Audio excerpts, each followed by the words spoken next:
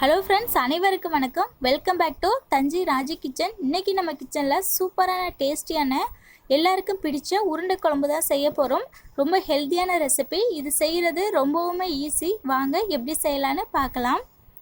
இப்போ நான் இந்த ரெசிபி செய்கிறதுக்காக 100 கிராம் அளவுக்கு துவரம்பருப்பு எடுத்திருக்கேன். அது கூடவே 100 கிராம் அளவுக்கு கடலை பருப்பு எடுத்திருக்கேன். இது ரெண்டையுமே நல்லா வாஷ் பண்ணிவிட்டு ஒரு 2 மணி நேரம் போல் ஊற வச்சுக்கலாம். இப்போது ஒரு மிக்சி ஜாரில் அரை மூடிக்கும் கொஞ்சம் கம்மியாக தேங்காய் எடுத்திருக்கேன். அது கூட கொஞ்சமாக தண்ணி ஊற்றிட்டு நல்லா மைய அரைச்சிட்டு வந்துடலாம். இது போல் நல்லா மைய அரைச்சிட்டு வந்துடலாம். இப்போ குழம்பு தாளிச்சிக்கலாம். ஒரு கடாயில் தேவையான அளவுக்கு எண்ணெய் சேர்த்துட்டு அது கூட கடுகு உளுத்தம் பருப்பு தாளிச்சிக்கலாம். அது கூடவே கொஞ்சமாக சோம்பு சேர்த்து தாளிச்சிக்கலாம். இது கூடவே 100 கிராம் அளவுக்கு சின்ன வெங்காயம் எடுத்து கட் பண்ணி வச்சுருக்கேன். அதையும் சேர்த்துட்டு அது கூடவே ஒரு கொத்து கருவேப்பிலை அதையும் சேர்த்துட்டு நல்லா வதக்கிக்கலாம்.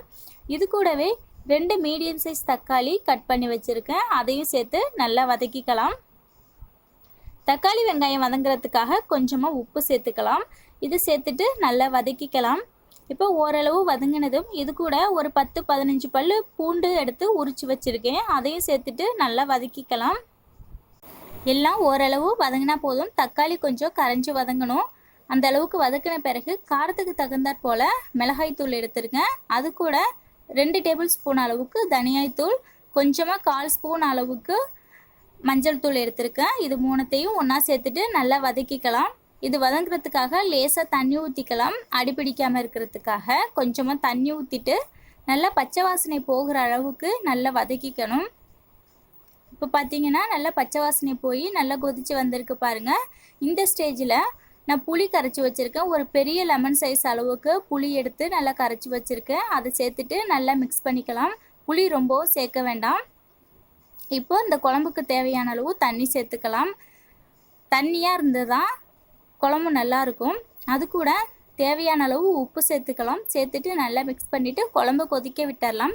இப்போ பார்த்திங்கன்னா பருப்பெல்லாம் நல்லா ஊறி வந்துருச்சு. இதை நம்ம தண்ணியெல்லாம் ட்ரை ஆக்கிட்டு ஒரு மிக்சி ஜாரில் சேர்த்து நல்லா மைய அரைச்சிக்க போகிறோம். இப்போ பருப்பு சேர்த்த பிறகு இது கூட 1 ஸ்பூன் அளவுக்கு சோம்பு சேர்த்துருக்கேன். இது கூடவே ஒரு 3 வரமிளகாய் சேர்த்துருக்கேன். சேர்த்துட்டு இதை நல்லா அரைச்சிட்டு வந்துடலாம். இந்த அளவுக்கு நல்லா அரைச்சிட்டு வந்துடலாம். இப்போது எல்லாத்தையும் நம்ம ஒரு பவுலுக்கு மாற்றிக்கலாம். தண்ணி ஊற்றாமல் தான் அரைக்கணும். தண்ணி சுத்தமாக இருக்கக்கூடாது. நல்லா ட்ரை ஆக்கிட்டு தான் அரைக்கணும். இது கூட ஒரு கொத்த அளவுக்கு கருவேப்பிலை, ஒரு கைப்பிடி அளவுக்கு வெங்காயம் நைஸாக கட் பண்ணி வச்சுருக்கேன். அதையும் சேர்த்துக்கலாம். கொஞ்சமாக உப்பு சேர்த்துக்கலாம். இந்த உருண்டைக்கு தேவையான அளவு மட்டும் உப்பு சேர்த்துக்கோங்க. குழம்புக்கு ஏற்கனவே நம்ம சேர்த்துருக்கோம். அது கூட 1 டேபிள் ஸ்பூன் அளவுக்கு அரிசி மாவு சேர்த்துக்கோங்க. சேர்த்துட்டு நல்லா எல்லாத்தையும் ஒன்றா மிக்ஸ் பண்ணிக்கலாம். மிக்ஸ் பண்ணிவிட்டு உங்களுக்கு எந்த சைஸ் அளவுக்கு உருண்டை தேவையோ அந்த சைஸ் அளவுக்கு பிடிச்சிக்கோங்க. இந்த அளவுக்கு பிடிச்சாலே போதும். ஸோ பார்த்தீங்கன்னா நான் ஏற்கனவே வீடியோவில் உருண்டை குழம்பு அப்லோட் பண்ணியிருக்கேன். அது கொஞ்சம் வேறு மாதிரி செஞ்சுருப்பேன்.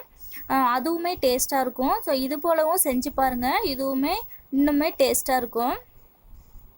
ஸோ இப்போ பார்த்தீங்கன்னா குழம்பு கொதிச்சிருச்சு. நம்ம அரைச்சி வச்சுருக்க தேங்காய் விழுதை சேர்த்துட்டு நல்லா மிக்ஸ் பண்ணிக்கலாம். நல்லா ஒரு கொதி வந்துருச்சு பாருங்கள். இந்த ஸ்டேஜில் நம்ம பிடிச்சு வச்சுருக்க உருண்டையெல்லாம் சேர்த்துக்கலாம். ஒன்று ஒன்றா சேர்த்துக்கோங்க. சேர்த்துட்டு உடனே கிண்டிடக்கூடாது. ஏன்னா உருண்டை கரைஞ்சி குழம்போடு சேர்ந்துடும்.